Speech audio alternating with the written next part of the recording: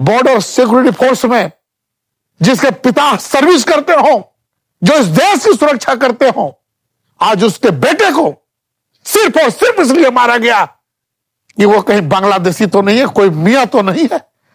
वो एंजल जो हमारा नॉर्थ ईस्ट के रहने वाले थे, उसे पीट पीट के मार दिया गया। कहता रहा कि मैं भारतीय हूं, मैं भारत का हूं, लेकिन बाहर है आतंकी। नमस्ते, आदाब, जोहार, जय भीम। मेरे प्यारे देशवासियों, प्रदेशवासियों,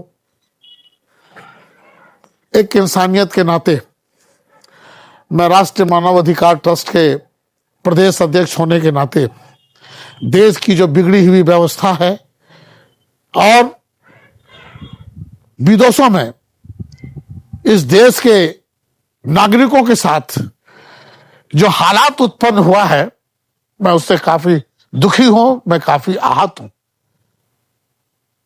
मैं बहुत पहले भी आपके बीच में आ सकता था, लेकिन मैं इस बात का आकलन कर रहा था कि लोग कितने मर्माहत हैं। आज जहां बांग्लादेश में हमारे बहुसंख्यक हिंदू भाइयों को जिंदा जलाया जा रहा है, वही भारतवर्ष में बांग्लादेश से खदेड़े हुए शेख हसीना को हिंदू सम्राट, हिंदू राष्ट्र बनाने वाले नेता, देश में आतंक फैलाने वाले नेता ने पनाह दे रखा है। दुर्भाग्य। आए दिन अमेरिका से हमारे भारतीय नागरिकों को अपमानित करके मेरा भारत में वापस किया जाता है। हम विश्व गुरु बनने चले, विश्व में डंका बजा रहे हैं, लेकिन विश्व में जो हमारी दुर्दशा है, वो मीडिया हमारी बातों को यहां तक नहीं पहुंचाता है।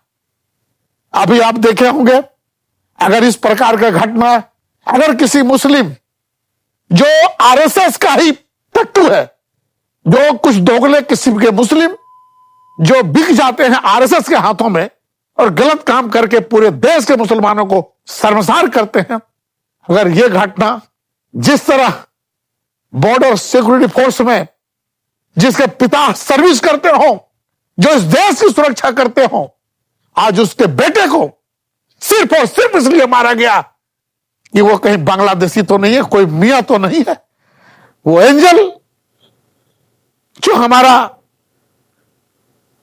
नॉर्थ ईस्ट के रहने वाले थे, उसे पीट पीट के मार दिया गया। कहता रहा कि मैं भारतीय हूं, मैं भारत का हूं, लेकिन बाहर है आतंकी जिसको सरकार पनाह दे रखी है। ऐसे खूनखार लोगों ने उस बच्चे को पीट पीट के मार दिया। मीडिया के माध्यम से देखा जा रहा है कि यूपी में खुलेआम हथियार बांटे जा रहे हैं। यह सरकार इस देश को किस दिशा में ले जाना चाहता है? कहीं बाबा साहब के साथ हम अपमान हो रहा है, कहीं संविधान जलाया जा रहा है, कहीं कुरान जलाया जा रहा है, कहीं मस्जिदें तोड़ी जा रही है, कि चर्च तोड़ा जा रहा है, कहीं गिरजाघर पर हमला हो रहा है।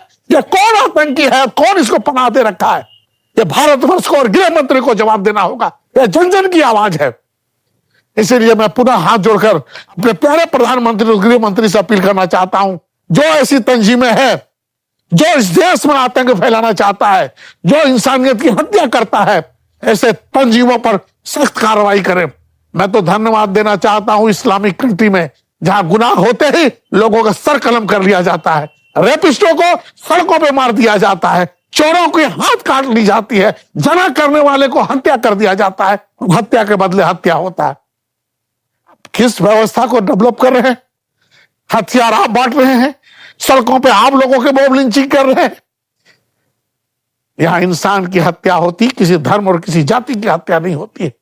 मैं इस देश के बिगड़े हुए हालात पर अपने माननीय प्रधानमंत्री जो विश्व गुरु बनने का सपना देख रहे हैं, मैं उनसे अपील करना चाहता हूं। एक सामाजिक कार्यकर्ता होने के नाते, मैं एक पढ़ा लिखा सामाजिक कार्यकर्ता हूं।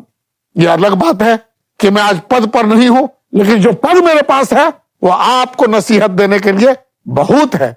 इसलिए मेरी बातों को गंभीरता से लें, ताकि हमारा देश अमन, सुख, शांति, भाईचारगी के साथ देश विश्व गुरु बनेगा। व्यक्ति विश्व गुरु नहीं बनेगा, देश विश्व गुरु बनेगा। तब हम समझेंगे कि हमारा देश विश्व गुरु है। आने वाले खंडों में मैं आपको बताऊंगी आपकी दुर्दशा क्या होने वाली है। माननीय प्रधान जी, धन्यवाद।